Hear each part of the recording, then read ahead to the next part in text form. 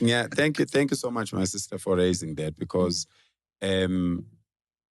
right now in South Africa, everyone, when is talking about tribalism, they're talking about Amazulu.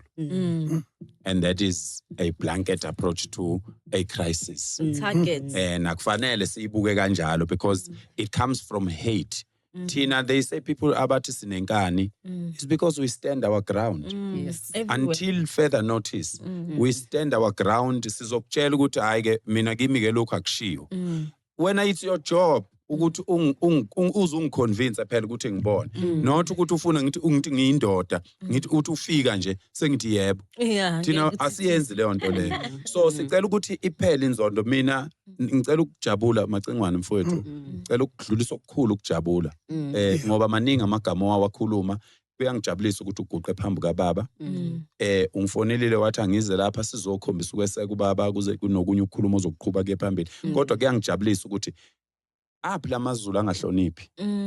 Aphi lamazulu angakwazi ukuxolisa.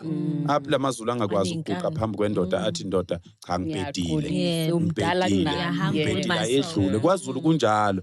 KwaZulu kuthiwa ngibhedila ayedlule.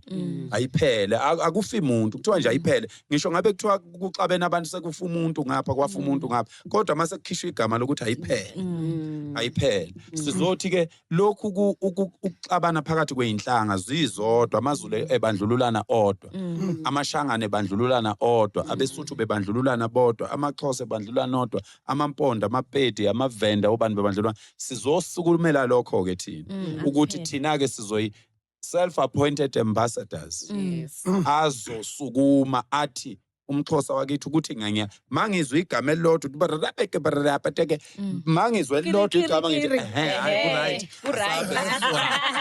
Makabethi ngifamba moyeni ngithi hayi akahamba moyeni afambeni. We guys, I need to seriously give a very serious warning.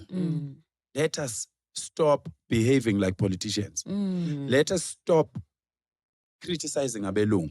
Let us stop criticizing apartheid. We are here. The situation is now. We are facing this situation now.